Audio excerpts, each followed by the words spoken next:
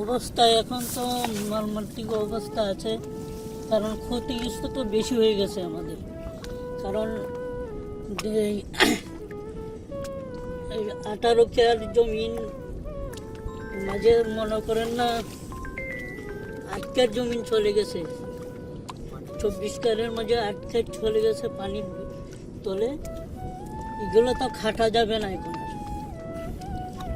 যে হাওড়ের মধ্যখানে এটি নামার দাগে চলে গেছে 8 কেয়ার, এটি খাটা সম্ভব না এখন। ক্ষতিটা আসলে আপনারা কেমন হয়েছে? আপনার সিলেটি না, ক্ষতিটা অনেক ক্ষতি হয়েছে, কারণ গৃহস্থী করতে গেলে মনে করো 1.5 লক্ষ টাকা খরচ দিয়েছে, মনে করো 1.5 লক্ষ টাকার দান পাচ্ছি না এখন আমরা।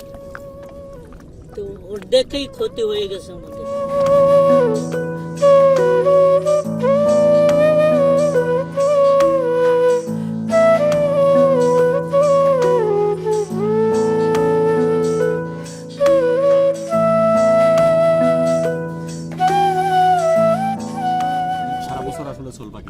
সারা বছর এখন কি করবে, এখন কিছু করার মতো নয়, কারণ ধান যতটুকু পাইছি ততটুকু তো আমাদের হবে না।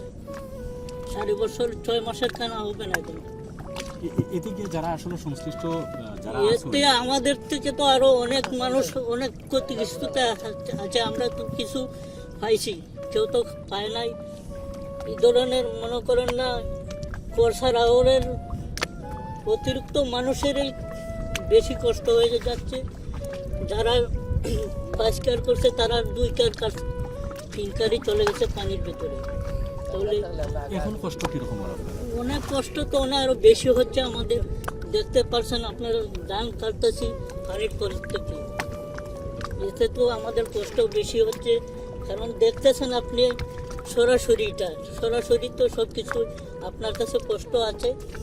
ধান কাটতেছি কীভাবে, বা আমরা যে কষ্ট করে ধান কাটতেছি এটা তো কষ্ট, ধান তো পাচ্ছি না, কিন্তু কষ্ট হচ্ছে আমাদের বেশি এখন।